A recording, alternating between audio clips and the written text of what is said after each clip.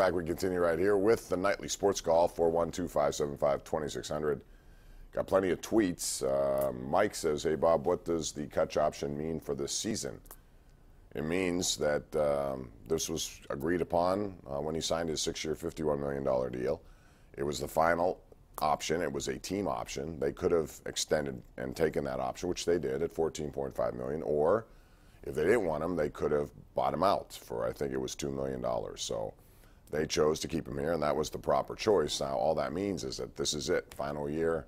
And if they go at the end of the year and still on the roster, then he becomes a free agent. And I don't think they want to go in that direction. Let's go to Lumpy and Edie. What's up, Lumpy? How you doing? Good. Go ahead. You're on the air. Yeah, I'm wondering, is the Steelers, they going to keep training at St. Vincent College? Oh, yeah. As far as I know, they've been doing it for a long time. I don't see that changing, although a lot of teams have decided to go back to their own facilities. I kind of like it where it is. You don't like it there? All right.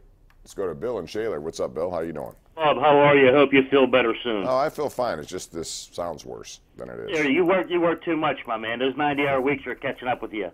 But the reason I'm calling, Bob, about Saquon Barkley, 3 of the past 4 games totally shut down.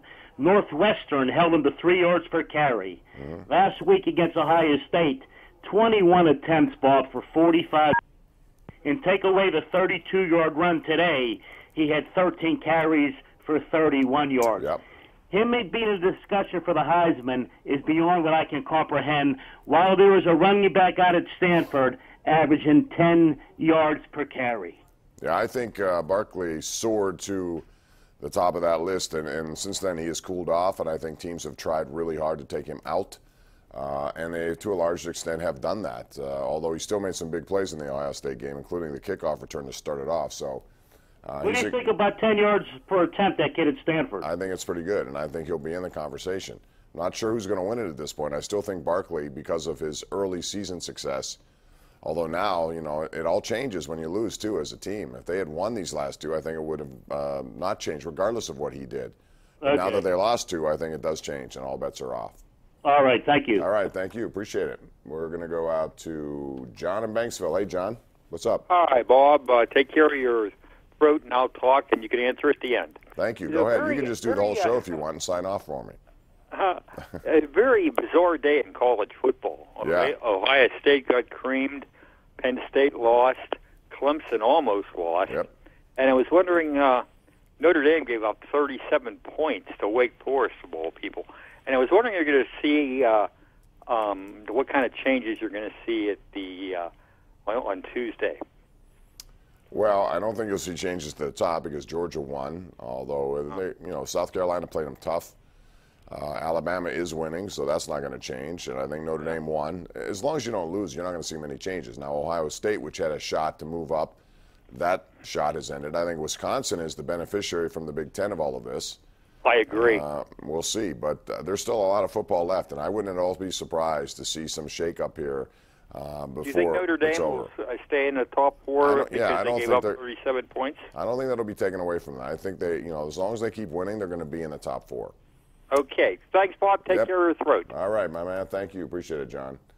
Let's go out to Al in Turtle Creek. What's up, Al? How you doing? Good, Bob. My question is, what do you think about the 2 ex-Pirates winning the World Series and getting the rings? I thought, for Francisco Liriano, it was nice. He's been around for a long time, and he contributed, but certainly not as much as Charlie Morton. And I feel really good for Charlie Morton. He's a really terrific person who had to deal with a lot of crap, and I'm talking about injury crap, 9 times on a DL.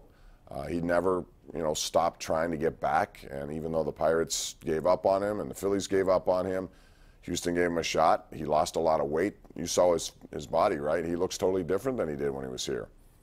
Yeah, I agree, Bob. And he's been terrific, and he still can get it up there at 97, 99, but when he gives you that nasty slider, and he really did locate it beautifully, he's a very tough guy to hit. So I think next year he'd be poised to have a very good year for Houston, and then after that he's a free agent. Who knows what he may get.